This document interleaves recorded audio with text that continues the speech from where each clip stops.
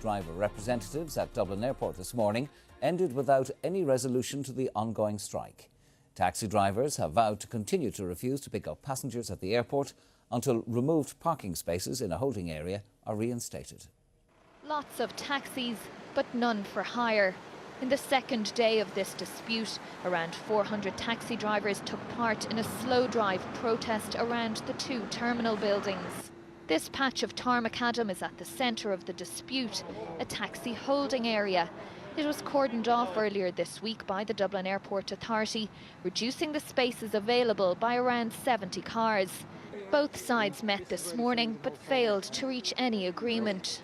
We again offered our compromise proposal, which was that we'd reinstate on an interim basis 30 of those spaces. We'd have another meeting with them tomorrow and we'd monitor the situation as to how that worked. But for their own reasons, the taxi drivers have refused to accept that compromise. Taxi drivers say they will continue the protest. Well, from the reaction of the drivers yesterday and today, they're prepared to maintain it until the DAA see a bit of sense, give back the spaces and then get into negotiations and find a permanent solution to an ongoing problem in the airport. Meanwhile, air travellers are making use of the various bus services to get out of Dublin Airport.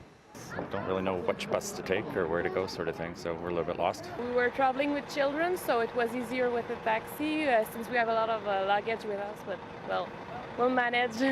Taxis know where they're going, where we get on a bus. We don't know where we're going. Taxi drivers are still dropping off at the airport and will continue to do so throughout the dispute. And Katrina joins me now from Dublin Airport. Katrina, those talks have ended without agreement, so where to now?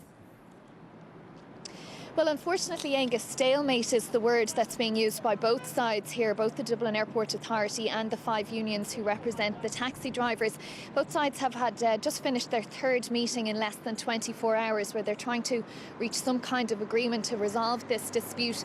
And I'm told that neither side had changed their position at all. The taxi drivers still want all 70 car parking spaces restored. The Dublin Airport Authority has said it's prepared to reinstate 30 of those spots, but that's not acceptable to the taxi drivers. As of now, the Dublin Airport Authority has said it's open, it's available whenever the taxi drivers want to come to meet them to discuss a resolution. The taxi drivers, however, are quite annoyed by what's going on. They're having a meeting at the moment. The drivers are represented by 5 different organisations. They're meeting to decide what they want to do now. Some of the drivers want to have a march, others want to do another slow driving protest like they did this morning.